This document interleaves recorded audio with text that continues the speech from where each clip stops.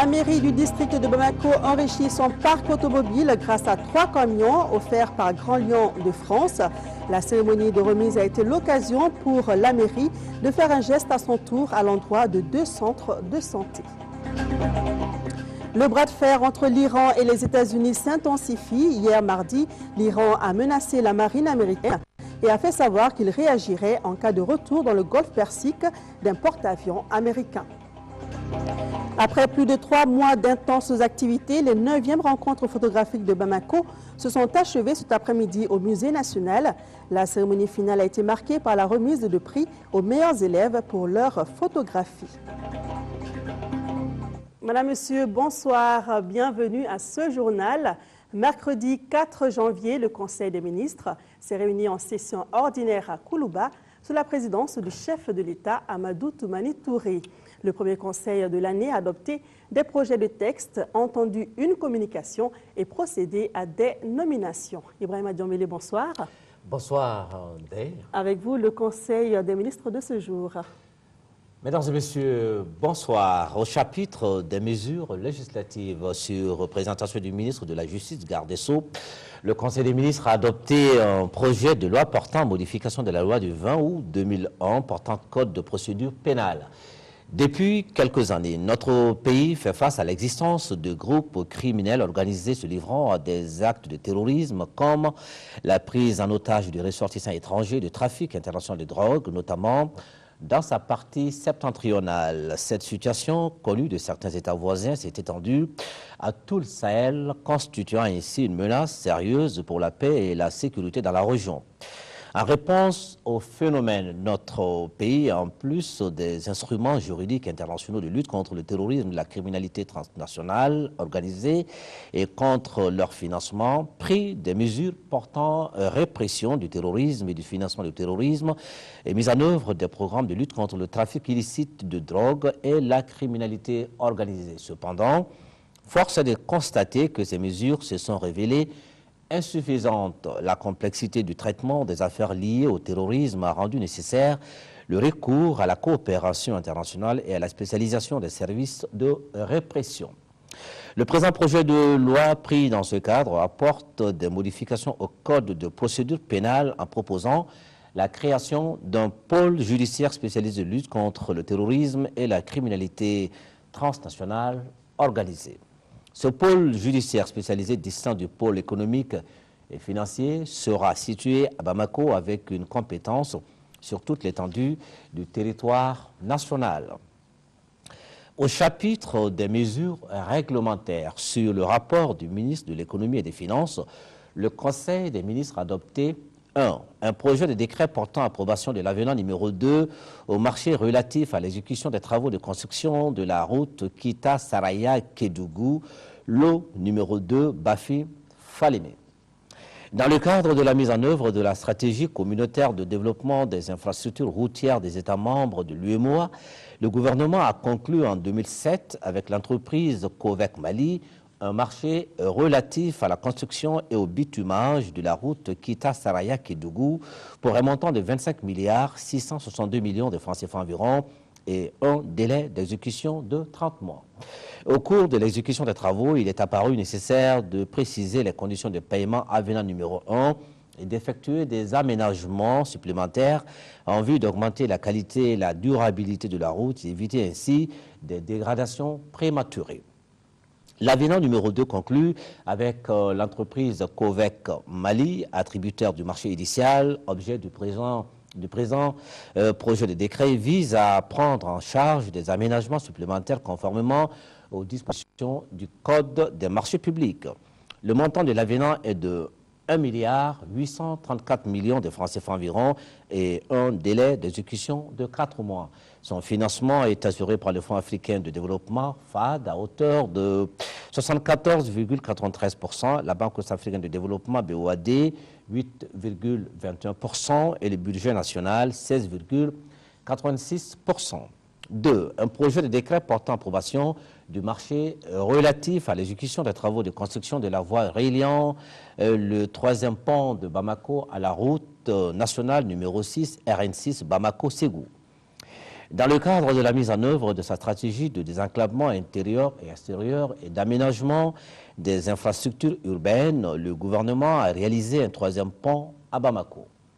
Afin de permettre l'aménagement des voies de raccordement du troisième pont aux axes Bamako-Ségou et Bamako-Koulikoro suivant les mêmes standards que le pont et dans les meilleurs délais, le gouvernement a confié les 10 travaux à l'entreprise chinoise China Gezuba Group International Engineering CO Ltd CGGC chargé de la construction du troisième pont. Le marché d'un montant de 2 milliards 150 millions de francs CFA environ et un délai d'exécution de 12 mois est entièrement financé par le budget national. 3. Un projet de décret portant approbation de l'avenant numéro 1 au marché relatif à la réalisation du troisième système d'adduction d'eau potable amélioré dans les centres de Konobougou, Massina et Bargoli, région de Ségou-Lo-B.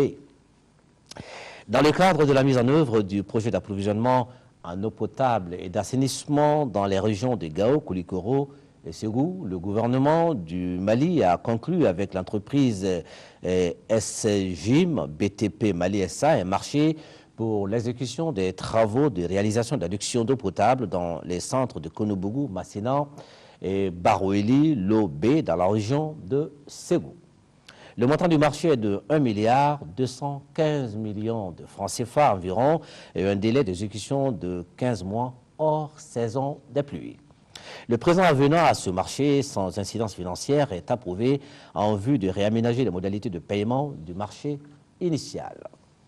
Au chapitre des mesures individuelles, le Conseil des ministres a procédé aux nominations suivantes au titre du ministère de l'Artisanat et du Tourisme. Directeur national de l'artisanat, Idrissa Ly, professeur. Au titre du ministère de l'Agriculture, secrétaire général, Cheikh Sidiya Diaby, ingénieur d'agriculture et du génie rural, chef de cabinet, Ousmane Ag Rissa, agronome. Au titre du ministère de l'Enseignement supérieur et de la Recherche scientifique, directeur général de l'École normale supérieure de Bamako, Ibrahima Kamara, professeur. Directeur général de l'Institut Polytechnique rural de formation et de recherche appliquée IPR-IFRA de Katibougou, Mahamadou Famanta, professeur. Directeur général de l'École nationale d'ingénieurs, Abdrahman Baba Touré, ENI, ABT. Mamadou Sananta Diara, professeur. Directeur général de l'Institut des hautes études et de recherche islamique, Ahmed Baba de Tombouctou, Abdul Kadri Idrissa Arbouna Dimaïga, professeur.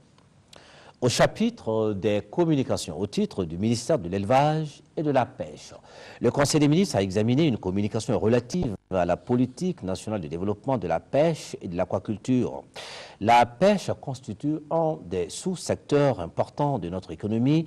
Sa contribution au produit intérieur brut, le PIB, voilà, j'y arrive, le PIB, est estimé à 4,2%. La production halieutique, qui est de 100 000 tonnes par an, place le Mali parmi les premiers pays africains producteurs de poissons d'eau douce.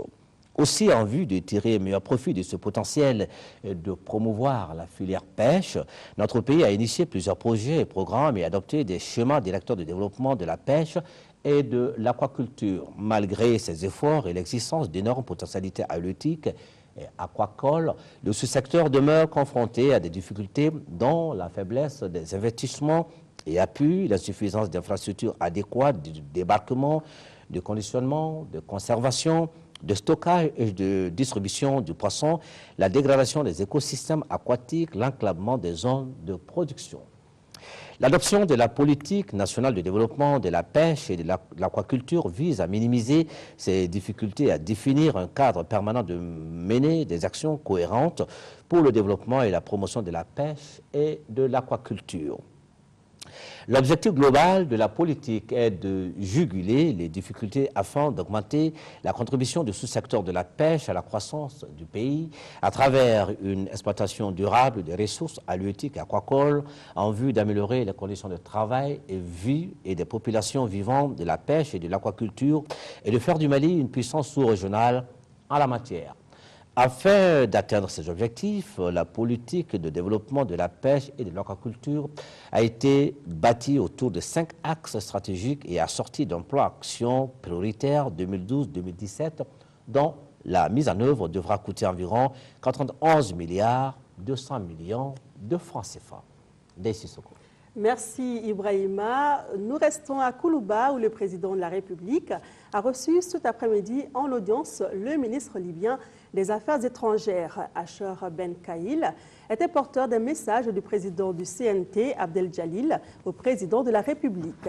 L'ambassadeur a fait savoir que le Conseil national de transition de Libye était disposé à renforcer la coopération avec le Mali dans tous les domaines. L'audience a été suivie par Sidiki Dambélé. Les nouvelles autorités libyennes sont décidées à poursuivre et mieux à renforcer la coopération entre la Libye et le Mali. C'est tout l'essence de cette visite au Mali du chef de la diplomatie du Conseil national de transition de Libye. Asher Ben Haïl est porteur d'un message du président du Conseil national de transition Abdel Jalil au président de la République Amadou Toumani Touré. Message dans lequel le numéro 1 libyen remercie les autorités maliennes et réaffirme sa volonté de poursuivre la coopération entre les deux pays. La Libye réaffirme que les relations libyo-maliennes, on va les consolider, on va les renforcer. Au contraire, on va essayer de les développer. Et nous sommes ici, chez nous, entre nos frères. Nous remercions vivement le Mali, peuple et gouvernement. Et nous remercions encore vivement Monsieur le Président de la République et mon collègue, Monsieur le ministre des Affaires étrangères, pour nous avoir accueillis, moi et la délégation qui m'accompagne. Les domaines de coopération entre la Libye et le Mali couvrent l'agriculture, l'hôtellerie, la sécurité, la culture et j'en passe. Des secteurs qui seront sauvegardés et développés davantage selon le chef de la diplomatie du CNT. La coopération continuera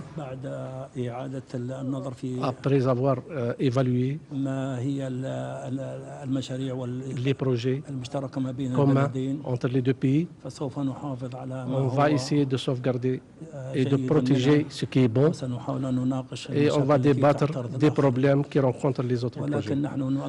Mais dans tous les cas, nous affirmons que nous sommes disposés à respecter le bon voisinage. C'est le principe de la politique de la nouvelle Libye. Actuellement en Libye, on affronte beaucoup de défis et nous travaillons pour la construction d'un État et d'augmenter davantage notre production de pétrole et de geler les fonds qui sont bloqués. Et une fois ces fonds dégelés et l'économie européenne, on aura d'autres perspectives de coopération dans la région.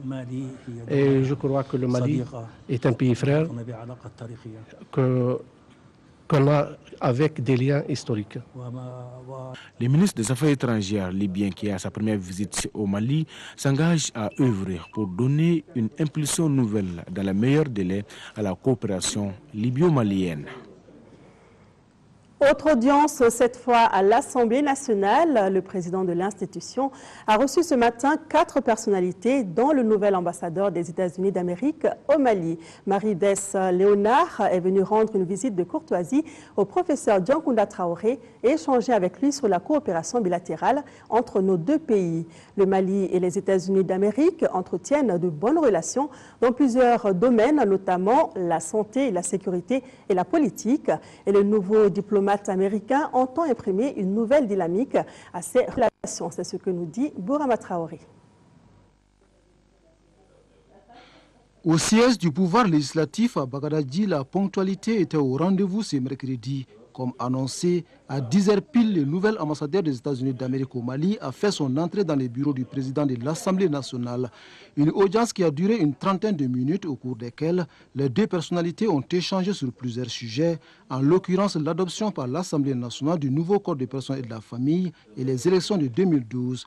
Et le diplomate américain sort de cette audience avec un engagement ferme. Nous travaillons toujours très étroitement et très bien avec le Mali. C'est un très bon partenaire pour les États-Unis. Donc, il est toujours question de raffiner de comment est-ce qu'on peut mieux soutenir les efforts du Mali, que ce soit dans le domaine du développement de la démocratie ou de la sécurité. Et je suis heureuse de continuer ce travail. 45 minutes plus tard, le représentant résident de l'UNICEF au Mali a été reçu par le président de l'Assemblée nationale. Marcel Rouda-Singwa, en fin de mission dans notre pays, est venu remercier le professeur Diongounda Traoré pour sa contribution en faveur de la promotion et de la protection de la petite enfance. Mon travail en tant que représentant de l'UNICEF a été très facile ici parce que les autorités s'engagent et aussi font des choses concrètes pour l'enfance. Donc ce qui m'a beaucoup marqué, c'est cette disponibilité non seulement des autorités, mais aussi de la population, parce que l'enfant, c'est l'avenir, l'enfant, c'est sacré. Et ce pays a cette capacité, à travers les traditions, les cultures, les civilisations, de protéger l'enfant. Une autre personnalité en fin d'émission, c'est le directeur résident du National Democrat Institute, NDI. Le professeur Raphaël Ouattara est venu rassurer le président de l'institution de la disponibilité de NDI à œuvrer davantage au renforcement de la démocratie malienne. Par la même occasion, il a présenté son successeur, le docteur Badji Ima, au premier responsable du Parlement malien. J'ai tenu à rassurer le président que, en quittant le NDI, je ne quitte pas la scène. Je reste disponible à apporter mon soutien, mon expérience à ce grand défi que représente la démocratisation de notre continent. Il n'est pas en fin de mission, mais il s'apprête plutôt à entamer une carrière diplomatique. Il s'agit du nouvel ambassadeur du Mali au Gabon. Avant de rejoindre son poste d'affectation, Yacouba Daniogo est venu prendre des conseils auprès du président de l'Assemblée nationale. Le diplomate malien s'est dit déterminé à imprimer une nouvelle dynamique à la coopération bilatérale maliano-gabonaise. Notre pays et la République sœur du Gabon entretiennent d'excellentes relations au plus haut niveau, sur le plan politique, diplomatique et sur le plan culturel, par les échanges très fréquents et très étroits. Nous allons faire en sorte que ces liens d'amitié se consolident davantage. 4 audiences et un dénominateur commun. Le renforcement de la coopération bilatérale. À toutes ces personnalités reçues, le président de l'Assemblée nationale a exprimé son soutien total. La mairie du district de Bamako vient de recevoir 3 camions offerts par Grand Lyon de France. Ils aideront à l'assainissement de la ville de Bamako. La mairie, elle, de son côté, a fait un geste au centre de santé Chérifla et à l'Amupi. Al-Jumatina pour le compte-rendu des 2 remises. Le partenariat entre la mairie du district de Bamako et Grand Lyon en France est au beau fixe. Comme à l'accoutumée, Grand Lyon vient d'offrir à la partie malienne 3 camions de marque Renault. C'est donc qui comprend une benne tasseuse servant à entasser les ordures, une benne gris et une benne simple estimée à près de 200 millions de francs CFA. Ces équipements sanitaires viennent renforcer les potentialités qui existent déjà en vue d'alléger la tâche des autorités sanitaires. Sachant bien la quantité de déchets produits à Bamako par jour, qui est 2300 mètres cubes, dites-vous bien que ces 3 camions nous apportent un grand plus dans la gestion de nos déchets. Puisque c'est d'abord le matériel qui nous sert à collecter les ordures et à les amener loin de la ville. Donc sur ce plan, il n'y a aucun doute, c'est un grand plus.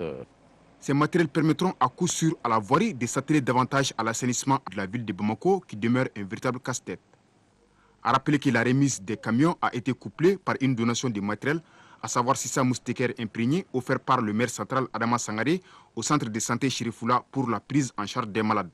Puis des chaises, un téléviseur, des horloges à l'Amupi pour des besoins qu'ils avaient émis. Plus de 500 millions de francs CFA sur le budget 2012 de l'Agence nationale de la sécurité sanitaire des aliments ANSA. C'est l'un des points inscrits à l'ordre du jour de la 14e session du conseil d'administration de la structure. Les administrateurs vont également apprécier les activités menées par l'ANSA au titre de l'année 2011 et le plan opérationnel de l'année en cours. Ramata Konate. Reculer pour mieux sauter, c'est la démarche adoptée par les administrateurs de l'Agence nationale de la sécurité sanitaire des aliments réunis pour leur 14e session. Au menu des travaux, le bilan des activités 2011 et les prévisions pour 2012, entre autres. Avec un budget prévisionnel équilibré en ressources et en dépenses à la somme de 596 308 000 francs CFA. Ce budget est en baisse de 18,80% par rapport au budget comptable de 2011, soit 734 423 000 francs CFA. Malgré cette réduction du budget, la structure entend poursuivre en 2012 ses actions de renforcement du contrôle sanitaire des aliments et de protection de la santé des consommateurs. Nous allons continuer à renforcer les acquis par rapport à la filière mangue. Nous allons continuer à encadrer les producteurs de denrées alimentaires afin qu'ils puissent avoir l'autorisation de mise sur le marché qui leur permette de vendre les denrées alimentaires aussi bien au Mali qu'à l'extérieur du Mali. Nous prévoyons de mener 3 recherches cette année. Une recherche sur la qualité sanitaire du poisson fumé, une recherche sur la farine qui est produite au Mali et une sur les pâtes d'arachide qui sont vendues également dans les marchés. Comme activité menée courant 2011, l'Agence nationale de la sécurité sanitaire des aliments a enregistré la formation des producteurs sur l'amélioration de la filière mangue. À cela s'ajoute la réalisation de 3 études, dont l'une sur les produits alimentaires d'origine animale. Hors du continent, primaire républicaine aux États-Unis, l'Iowa a donné le coup d'envoi de la primaire républicaine. Mitt Romney remporte le caucus de justesse. Il a battu Rick Santorum de 8 voix seulement. Mais ce n'est pas pour autant que c'est déjà gagné. Le vote de l'Iowa n'est que le coup d'envoi des primaires américaines. Mitt Romney, le favori, gagne d'un cheveu le premier round républicain de l'Iowa. Il a battu de justesse mardi soir le conservateur chrétien Rick Santorum. Les 2 hommes ont fini à 8 voix d'écart à l'issue du caucus d'électeurs organisé dans cet état rural du centre du pays qui donne traditionnellement le coup d'envoi des primaires américaines. Romney et Santorum ont tous deux remporté chacun 25% des voix. Merci beaucoup pour toute votre aide. Pour le New Hampshire, il faut concrétiser le travail réalisé. Venez avec nous, nous avons un certain travail à faire. Rick Santorum a fait campagne avec peu de moyens. Ce père de 7 enfants, fervent catholique, soutenu par les chrétiens conservateurs puissants de l'Iowa, termine ex aequo. Il est loin d'avoir les moyens et l'organisation de Mitt Romney pour espérer décrocher l'investiture de son parti. Ron Paul, 76 ans, vieux représentant du Texas au Congrès, fort de sa 3e position et de ses 21%, pourrait continuer à troubler le jeu dans le 2e scrutin du New Hampshire le 10 janvier. Nous avons l'énorme chance de pouvoir continuer cet élan. Nous pouvons encore aller plus haut dans cette élection. Cet élan va continuer, nous allons continuer à marquer des points. Grand perdant de cette première manche, Rick Perry a annoncé qu'il va réexaminer sa candidature suite à son résultat décevant. Il pourrait abandonner la course. Rien n'est encore gagné définitivement pour Mitt Romney qui souhaite battre Barack Obama lors de la présidentielle de novembre 2012. Serein, le président Obama a affiché sa confiance mardi soir lors d'une téléconférence avec les démocrates de l'Iowa au moment où ses adversaires républicains s'affrontaient lors de la première étape des primaires. La bataille pour la Maison-Blanche ne fait que commencer. L'escalade entre l'Iran et les États-Unis a franchi hier mardi un nouvel échelon avec la menace iranienne contre la marine américaine présente dans le Golfe Persique. L'Iran a fait savoir qu'il sévirait en cas de retour dans le Golfe Persique d'un porte-avions américain. En dépit de ces menaces, Washington a décidé de maintenir ses Marines sur place. À la faveur de 10 jours de manœuvres navales dans le Golfe et le détroit d'Ormuz, le régime iranien a multiplié les menaces à l'encontre de la marine américaine. Ce mercredi, le ministre de la Défense a encore lancé une mise en garde contre, je cite, la présence nocive de forces non régionales dans le Golfe Persique. La veille, le général Salehi avait enjoint au porte-avions américain John Stennis de ne pas revenir dans ses eaux après son déplacement en mer d'Oman. Nous répétons que nous n'avons pas l'intention d'agir de manière irrationnelle. Mais nous sommes prêts à contrer toute menace. Nous avons mis en garde le porte-avions qui nous menace de ne pas revenir dans le golfe Persique. Et nous ne le répéterons pas. Des menaces en réponse aux nouvelles sanctions envisagées par les États-Unis et les pays européens pour amener Téhéran à céder sur son programme nucléaire, mais qui ne semblent pas impressionner la Maison-Blanche. C'est le dernier round de menaces iraniennes. Et c'est une confirmation que Téhéran est sous pression croissante pour sa persistance à ignorer ses obligations internationales. L'Iran est isolé et cherche à détourner l'attention de ses problèmes domestiques. Affirmant ne pas chercher l'affrontement avec l'Iran, le Pentagone a précisé de son côté que le déploiement de ses équipements militaires dans la région serait maintenu au niveau où il est depuis des décennies. Mercredi matin, Pékin volait au secours de Téhéran. Dans une déclaration très solennelle, le porte-parole de la diplomatie chinoise s'est dit opposé à des sanctions unilatérales contre l'Iran. Retour au Mali, après plus de 3 mois d'activité, les 9e rencontres photographiques se sont achevées cet après-midi au Musée national par la remise de prix aux meilleurs établissements scolaires. Les prix attribués ont récompensé les meilleurs élèves qui ont fait montre de leur savoir-faire en matière de prise de vue. Ils étaient 8 établissements scolaires à être récompensés. Mohamed Diarra était à la cérémonie de clôture. Les 9e rencontres de la photographie africaine viennent une fois de plus de révéler de nouveaux talents au public. Cette fois-ci, il s'agit des élèves qui viennent de démontrer leur génie créateur sur le thème des 9e rencontres photographiques, à savoir un monde durable. Après 2 semaines d'encadrement en atelier photographique, ces élèves expriment leurs sentiments sur ce tableau dressé au centre du musée national. Ce sont donc 8 établissements scolaires de la capitale qui étaient en compétition. L'objectif visé par les initiateurs est de promouvoir l'éducation artistique au sein des établissements scolaires. Une des grandes questions à laquelle nous sommes confrontés pour tous ceux qui effectivement travaillent dans le secteur de la culture, c'est d'amener les jeunes à découvrir la culture, d'amener les jeunes à aimer la culture. Je pense qu'il y a une chose qu'on ne fait pas assez au niveau de l'espace scolaire, c'est de l'éducation artistique. Vous savez, l'éducation artistique, c'est quelque chose d'extrêmement important. Pour qu'on puisse aimer l'art, pour qu'on puisse aimer la culture, je pense qu'il faut un minimum d'éducation à la base. Nous avons un système d'enseignement qui aujourd'hui fait davantage plus de place à l'accumulation de la connaissance qu'à l'éveil de la sensibilité artistique. Et il me semble aujourd'hui que c'est un secteur qui devrait être développé. Et le musée essaye, à travers ce type d'initiative, de favoriser l'émergence, donc de favoriser une sorte de sensibilité à la création artistique, parce que je pense qu'un enfant qui est sensible à l'art, qui est sensible à la création, je pense qu'il a un petit plus par rapport à un autre enfant qui ne l'est pas. Le trio gagnant du concours est le lycée classique moderne de Kalabankura, le lycée technique et le lycée du Progrès. En guise de récompense, chaque lycée a reçu un ordinateur. Dans le cadre du parcours pédagogique, les meilleures œuvres ont été primées. 7 élèves ont reçu des cadeaux. Le ministre de la Culture, qui a salué les prouesses de ses élèves, les invite à persévérer dans cette lancée. Selon Aman Nyang, photo et éducation peuvent faire bon ménage. La culture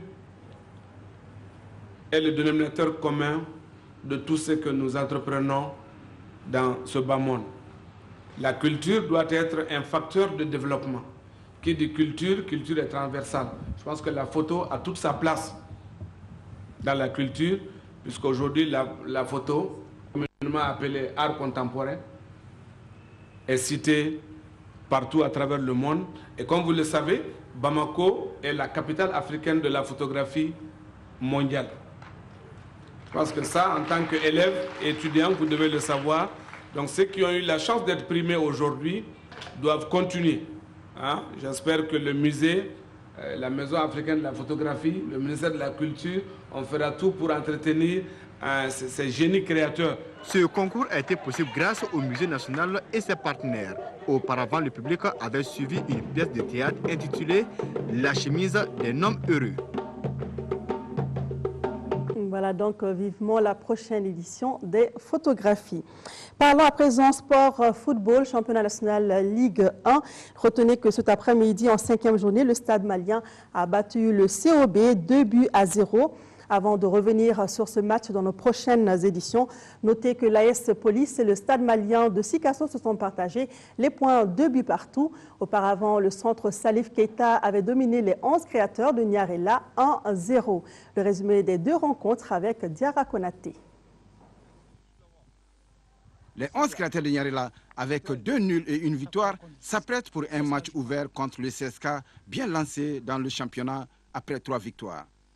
Physique et déterminée, l'équipe de Niarela sera neutralisée par une formation du centre Salif Keita, collective et rapide. 0-0 à la pause. À la reprise, les joueurs de Niarela ne pourront résister aux actions offensives des centristes. Un coup de pied de coin est conclu par Adama Keita. 1-0, score final. Le CSK fait un grand bond. Les 11 créateurs de Niarela continuent de douter. Quant à la seconde rencontre, elle oppose les 2 mal classés de la Ligue 1, le Stade malien de Sikasso et l'AS Police. Dès l'entame, plus d'hésitation pour chacune des 2 formations. Paulin Dena frappe au but, 1-0 pour les visiteurs. Un espoir de courte durée suite à l'égalisation de Sori Kane sur penalty. 1-1. Les policiers vont doubler la mise à la 28e minute, but inscrit par Kanda Kamara. Les Sigassois décident de faire un voyage honorable, établissent la parité d'une frappe encore de Paulin Dena à la 43e minute. 2-2, c'est le score à la mi-temps. La seconde période sera dominée par des maladresses de part et d'autre devant les buts. Finalement, le score reste de 2 buts partout entre policiers et Sigassois.